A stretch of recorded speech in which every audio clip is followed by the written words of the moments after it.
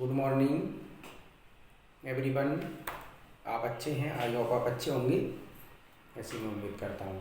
Student, class 8 English medium subject आज हिंदी लिया है और हिंदी जैसे हमारा चल रहा है तो हमने अकबर का लोटा अकबरी लोटा पढ़ा था। इसके बाद में हम आज पार्ट जो है 15 है ना, अध्याय 15, अध्याय पाठ 15। तो इसमें क्या दिया है स्टूडेंट? 15 पाठ लिया है। पाठ का नाम क्या है? एक स्त्री का पत्र। स्टूडेंट, एक स्त्री का पत्र पाठ का नाम है। इसमें क्या संकेत है वो हम थोड़ा सा पढ़ेंगे और समझेंगे। पाठ का अध्ययन करेंगे, पाठ को पढ़ेंगे, उससे हम समझेंगे। ठीक है। करुण पिहर बाजू इल्जाम बदन जगन्नाथपुरी, है ना, ऐसे कुछ शब्द भी दिए हैं। दया भी होती है, बाजूबंद, इल्जाम, है ना, ये सब ऐसी शब्द हैं जो हम जनरली जानते हैं ना। इल्जाम मीन्स किसी पर दोषारोपण करना, है ना। करुण यानी दया भी होती है। अब इसमें ये पाठ है जो बच्चों, इसमें क्या संकेत है, क्या है, हम उसको समझेंगे, है ना। जैसे क्या लिखा है, छात्रों को समझाने का अर्थ इस पाठ में ये है, छात्रों को अत्याचार न सहने तथा उसके विरुद्ध आवाज उठाने की प्रेरणा देना। इस पाठ में आपको क्या सीखने को मिलेगा बच्चों?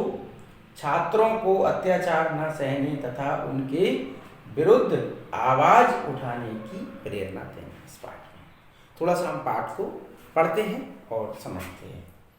तो क्या लिखा हुआ है पढ़ेंगे। इसमें लिखा है स्टार्टिंग से, पूज्यवर, आज 15 साल हुए हमारे प्यार को, हम तब से साथ ही रहे, अब तक चिट्ठी लिखने का मौका नहीं मिला।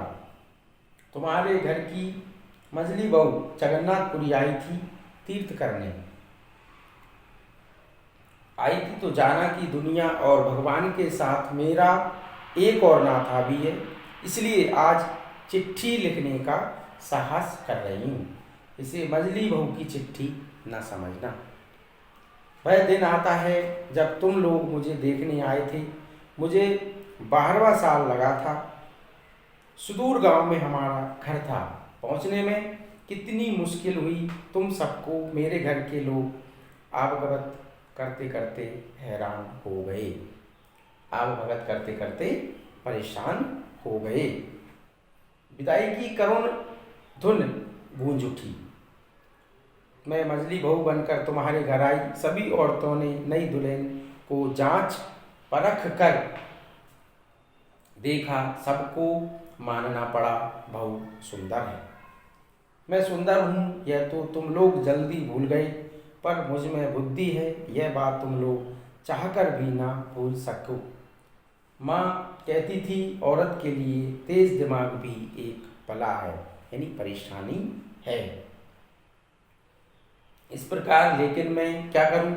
तुम लोगों ने उठते बैठते कहा यह बहुत तेज है। लोग बुरा भला कहते हैं सो कहते रहें, मैंने सब माफ कर दिया।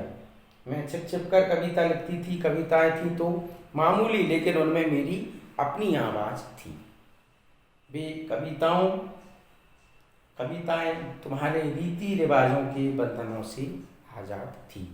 कहने का मतलब क्या था उसका, कि जो कविताएं लिखी हैं वो किसी प्रकार की कोई उसमें बंधन नहीं है। बच्चों ये समझने का प्रयास करें, है ना, क्योंकि सुंदरता ही, जैसे हम समझते हैं, सुंदरता ही सब कुछ नहीं है। सुंदरता के साथ साथ गुण होना भी अति आवश्यक होता है।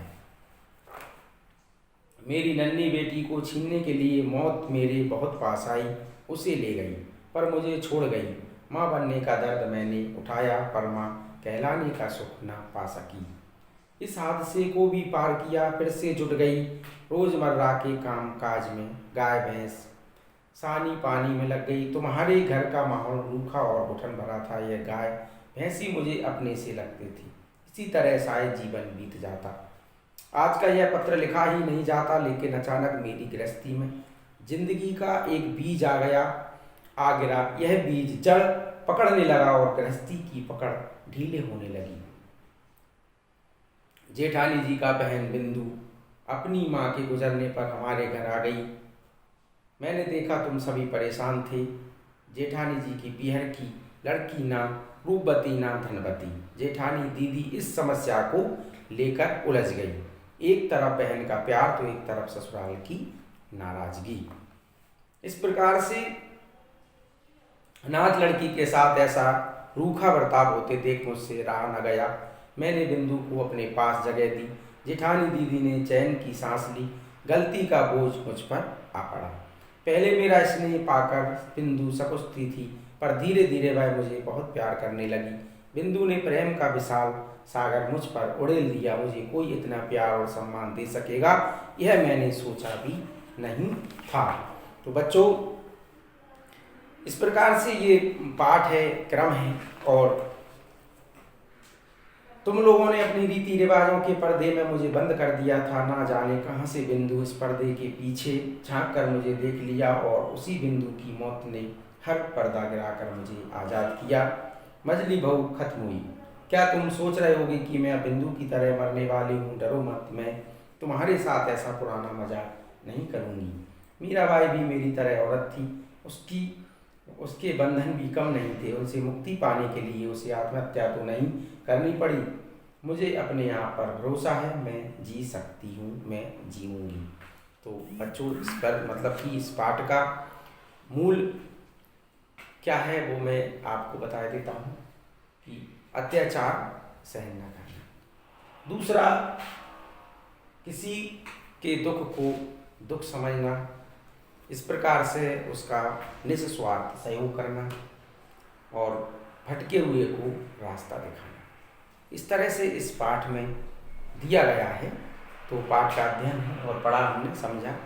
तो इस पाठ के प्रश्नोत्तर PDF के माध्यम से मैं आपको सेंड कर दूंगा। आप लिखें और उन्हें पढ़ते रहें।